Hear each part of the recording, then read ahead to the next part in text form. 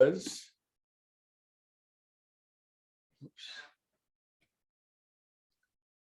I know it's Thursday because the trash trucks are traveling outside. That's a meditative noise. Hey, anyway, good to see you. I was asked a really good question yesterday, and it's one that I've been wrestling with, and I really love really good questions because my mind just rolls them over from 1,000 different angles. And sometimes as one in the as a yoga teacher and as one in the spiritual game, it's like, well, I've got a quick answer for every question, and that's complete, utter bull bleep, and I don't have all the answers by any means. I just another bozo on the bus, but I do really respect and appreciate when a great question is asked, and it had to do with yesterday's topic, which is the golden key, which is, I described as the number one way to resolve or dissolve any problems. And the golden key simply involves turning your thinking away from the problem and thinking about God or infinite good. And this process peels our mind away from the problem, whatever problem it is we might be facing, and raises our consciousness to a level above the problem, and has astonishing a capacity to resolve problems. And this is very true in my own experience. The question was,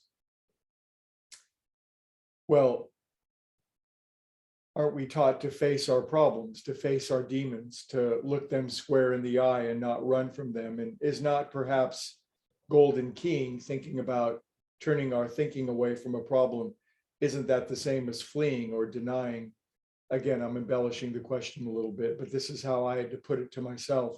So aren't we not taught to face our demons, to look at them? And if we don't, then that's the great sin or evil of denial, postponing, evasion, kicking the can down the road for later.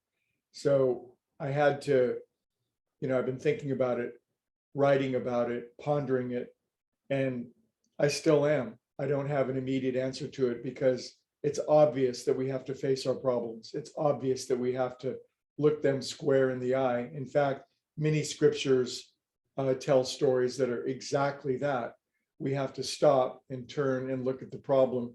And this is now a psychological fact. This is now psychological dictum in psychotherapeutic trade, is that when you come across people with phobias or fears, you have them look square at their problem as best they can until they overcome their fear of a problem.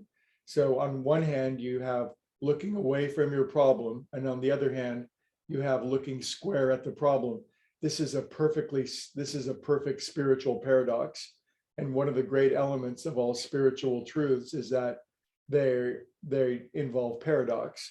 So where's the truth in all this? Well, you can ask your own self the question, where's the truth in the dilemma of turning away from the problem in thought and in prayer and facing it square on in reality? And I think somewhere in there is the truth. There's two different levels to meet a problem. There's the level of the worldly application, the actions that we must take.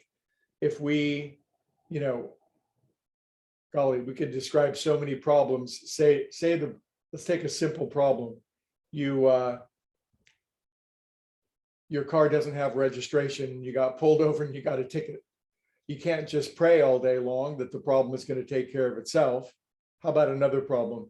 My cat box is filled to the brim and it needs to be cleaned. These are simply examples of problems. If I just pray about the problem, it's not going to go away.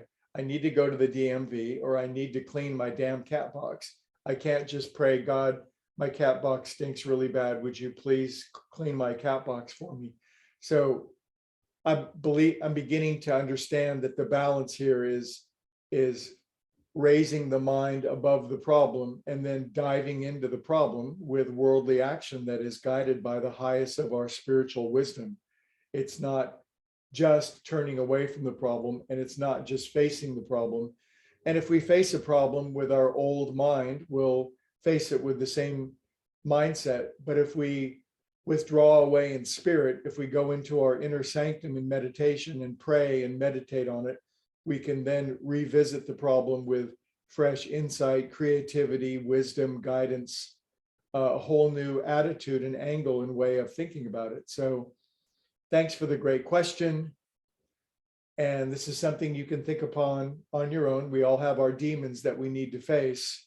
And yet we all need to be Daniel in the lion's den and rise above the problem in thought and in prayer in order to bring the best of our aligned self and the best of our thinking beyond our human capacity to bear upon the problem. Hope this helps.